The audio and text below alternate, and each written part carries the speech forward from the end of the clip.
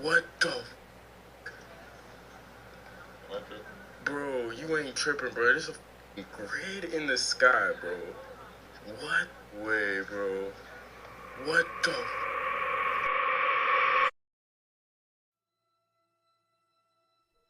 People are seeing these strange grid lines in the sky. And while some of these lines in a grid-like pattern are clearly chemtrails, others aren't so easily explained away. These sky grids are usually seen in areas of high altitude or in very rural areas. However, they've also appeared in populated areas as well. As it so often goes with inexplicable phenomena, it has been completely ignored by the mainstream media and government. This grid pattern is sometimes seen by those under the influence of psychoactive substances, particularly magic mushrooms, LSD, DMT, and ayahuasca. I don't dismiss these accounts because these substances are able to take people into states of consciousness beyond the typical five-sense level of reality, which is why occultists and shamans use certain plant medicines and potions to experience unseen realms and to gain insight and knowledge. Please note this video is not advocating drug use. There are some drugs in which there is absolutely no insight or knowledge to be gained. These drugs do nothing but open you up to malevolent entities and oftentimes leave your life completely in ruins.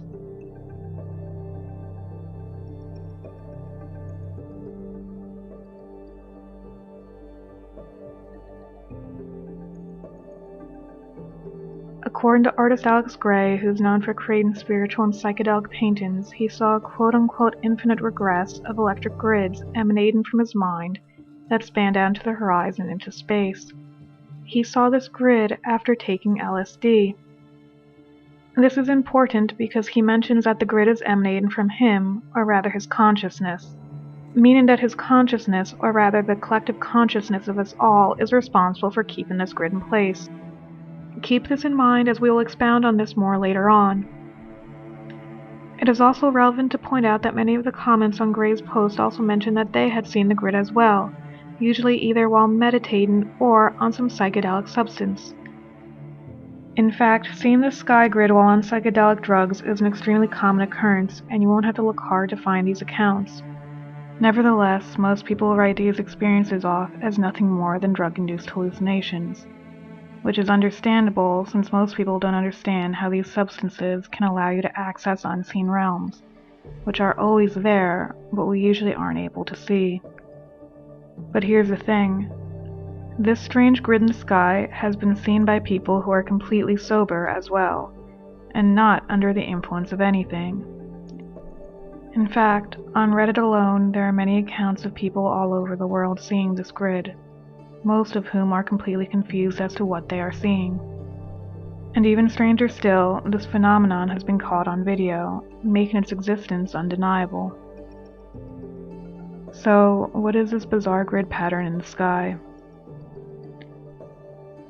While it's out there in the public consciousness, in card games, movies, and video games, it's never actually been discussed.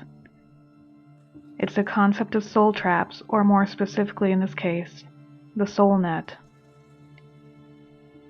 The soul net, also known as a frequency fence, is an electromagnetic grid around the Earth which fences off the simulated universe from the real universe. And while some details from various researchers or theories will vary, they all have the same common message and theme. A parasitic extraterrestrial race that has been feeding off the negative emotions of humans has set up an electromagnetic net around the simulated universe, or specifically, planet Earth. This frequency fence is designed to stop souls from leaving the Matrix. This electromagnetic energy matrix is also there to prevent humans from accessing higher levels of consciousness and disconnecting us from the real universe. This grid is not to be confused with the natural energetic grid of ley lines of planet Earth. We're going to explore some of these theories, and I'll let you come to your own conclusions. The alien interview theory. In July of 1947, during the Roswell UFO crash, a 40-inch ET was the lone survivor. This ET, known as Errol, began telepathically communicating with one of the nurses on base, Matilda O'Donnell McElroy. McElroy secretly kept a copy of the official interview transcripts of these highly classified communications up until she was in her 80s and about to die, before she revealed them to the world. She also included her own personal notes and original letters regarding the situation. These documents and revelations were released in the 2008 Roswell Alien Interview Revisited. In these transcripts, Arrow telepathically explained that humans have had our memories wiped and have forgotten what we really are, which she describes as ISBs. Arrow communicated the following: "Personally, it is my conviction that all sentient beings are immortal spiritual beings. This includes human beings. For the sake of accuracy and simplicity, I will use a made-up word, ISB. Because the primary nature of an immortal spiritual being is that they live in a timeless state of is, and the only reason for their existence is that they decide to be. No matter how lowly their station in society, every ISB deserves the same respect and treatment that I myself would like to receive from others. Each person on Earth continues to be an ISB whether they are aware of that fact or not." According to Arrow, Earth has been used as a prison planet for a long time, and ISBs are brainwashed to use an extreme electronic force in order to maintain Earth's population in a state of perpetual amnesia. When the body dies, the ISB departs from the body. The ISB is then detected by the force screen and captured and ordered by hypnotic command to return to the light, aka the tunnel of light. Arrow describes this force screen, or frequency fence, in the following quote: "A wide area of space is monitored by an electronic force field which controls all of the ISBs in this end of the galaxy, including Earth. The electronic force screen is designed to detect ISBs and prevent them from leaving the area. If any ISB attempts to penetrate the force screen, it captures them in a kind of electronic net. The result is that the captured ISB is subjected to a very severe brainwashing treatment, which erases the memory of the ISB. This process uses a tremendous electrical shock, just like Earth psychiatrists use electric shock therapy to erase the memory and personality of a patient and to make them more cooperative. On Earth, this therapy only uses a few hundred volts of electricity. However, the electrical voltage used against ISBs is on the order of the magnitude of billions of volts. This tremendous shock completely wipes out all of the memory of the ISB. The memory erasure is not just for one life or one body. It wipes out all the accumulated experiences of a nearly infinite past, as well as the identity of the ISB. The shock is intended to make it impossible for the ISB to remember who they are, where they came from, their knowledge or skills, their memory of the past, and the ability to function as a spiritual entity. They are overwhelmed into becoming a mindless robotic non-entity. In 2014, MIT scientists discovered the existence of this force screen, which they referred to as a Star Trek-like force field that surrounds the Earth. They described this barrier as protecting astronauts and satellites from, quote, dangerous ultra-relativistic electrons. In physics, a particle is called ultra-relativistic when its speed is very close to the speed of light. This is important because the speed of light are the walls to the simulation. The speed of light is not the fastest speed. It is the fastest speed that matter can travel before leaving this frequency range, or rather frequency prison. Once you go beyond the speed of light, you leave the matrix. So now the question is this so-called force field around the Earth really protecting us, or is it actually protecting the Matrix? The research of Peggy Kane. Peggy Kane was a host on public access TV in the 90s. She's also a UFO researcher and former New Ager. She describes this grid as a frequency net around the planet that holds us in. So, when you talk about spirit people leaving their bodies, being propelled and dumped on their way out, you said they've bumped their heads on the net. Mm-hmm. What do you mean by that? Well, when they try to get out of your body, it's like a Faraday cage. And when Robert Monroe was put into a Faraday cage, he could astral travel. But in the Faraday cage, when he got out of his body, he would hit that, and his astral body could not go through the Faraday cage, which was electrified. And this is what's happened. And what happens is they may project out to a certain point if they're pretty aware, and then they'll hit the barrier.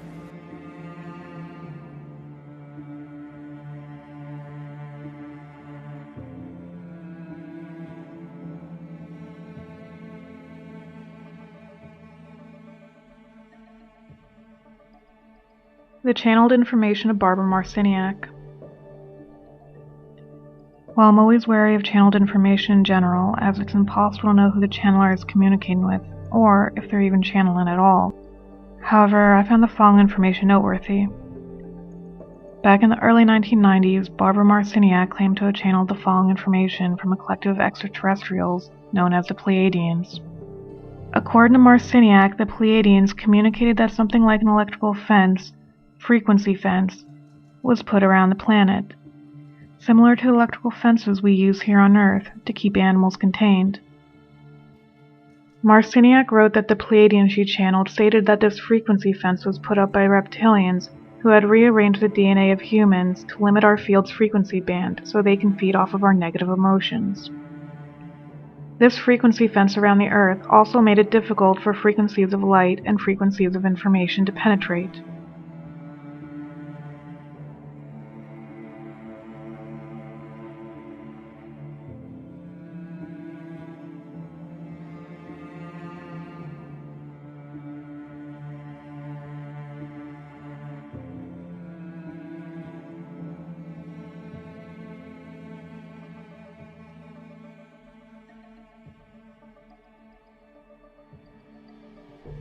The research of Wes Penray.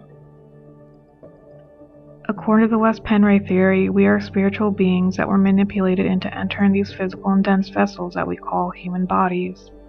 This trapped us in the limited frequency band known as the third dimension.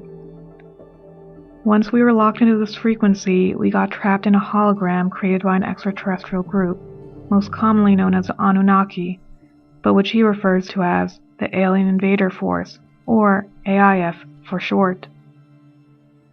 This hologram consists of everything we can perceive with our five senses and is a low-resolution copy of the spiritual universe, aka the real universe. This holographic copy of the real universe is what we perceive as physical, but is actually the simulated universe or matrix system. And while the simulated universe is extremely convincing to us since we are trapped in a limited frequency band, all it is a virtual reality, or a software program. The real universe is a universe that we cannot experience while living in this holographic copy. Penray states that the only hint of the real universe's existence is what we call dark energy and dark matter, which together consist of about 96% of the universe. The other 4% is a hologram in which we are currently trapped in. The purpose of this simulated universe/hologram is to keep us enslaved and feed in the AIF. Saturn, and in my opinion the Moon as well, is a key to keeping the hologram in place. Saturn transmits distorted sound frequencies, which through advanced technology is how the frequency prison and grid around the planet has been able to exist. These frequencies can be heard on NASA videos.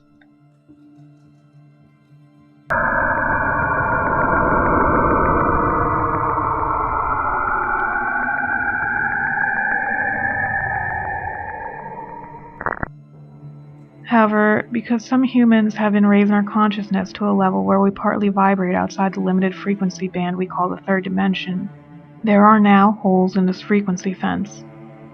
Penray states that the grid is no longer a fully intact electromagnetic field because of this, but rather resembles Swiss cheese.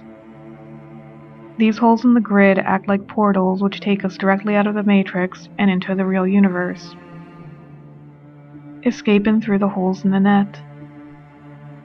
In order to escape through these holes in the grid, we need to first ignore any spirit guides or entities that approach us upon bodily death. Instead, we need to realize that we now have 360-degree vision and look directly upwards where we will see the grid. The grid may look solid or fuzzy depending on our level of clarity outside the body. However, this is not important. While looking up at the grid, look for any holes in it, which Penray says should be apparent almost instantly. Pick one of these holes and concentrate fully on it. Fully concentrate while having the intention of going through it and out into the real universe. This is where focusing is of utmost importance, as you must not get distracted by any fake spirit guides or holographic projections of deceased loved ones who are there to lure us into the false light tunnel. They will try to distract you, which is why daily meditation and looking inward is important. According to Penray, once on the other side of the grid, you will see the universe the way it really looks like. You will probably see something that looks similar to what he describes as a luminous spider's web, where the web consists of highways and trade routes between star systems and galaxies. What we call dark space will now be lit up and occupied. Once in the real universe, you can go wherever you choose, and you can call upon your human soul group, which Penray states is located in Orion.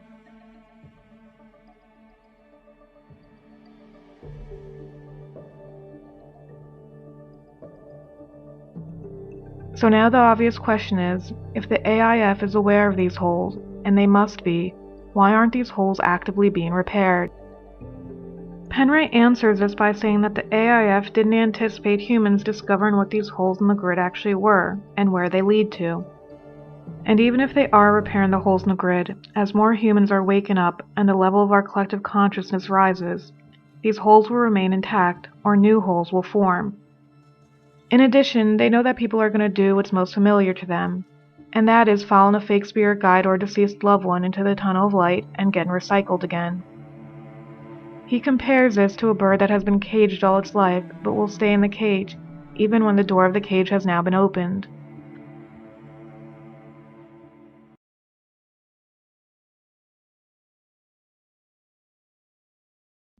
At this point, the evidence of the frequency fence is undeniable. Many people have not only seen it, but there is also video evidence of it. And while these theories vary on how we got here, the core message remains consistent. Earth is a prison planet, and this prison is held together by certain frequencies. There is a reason why they want us to continually generate negative emotions, because those are the frequencies that are holding this grid in place and keep us imprisoned and away from the real universe. Just like Alex Gray realized that this grid was emanating from him first before it manifested upon the horizon, we must also realize that it starts with us. Meaning, while they can transmit these dissonant frequencies from Saturn to keep the hologram in place and trap us in a limited frequency band, ultimately we are the ones responsible for holding it in place with our collective consciousness and group subconscious. We must all continue to awaken and elevate our collective consciousness so we no longer vibrate at the frequency that is holding us prisoners. And that starts with you. Meditate often and do what you know to be right, regardless of consequences. Embrace love, joy, peace, and all the frequencies that will break down this frequency prison, because ultimately that's all it is.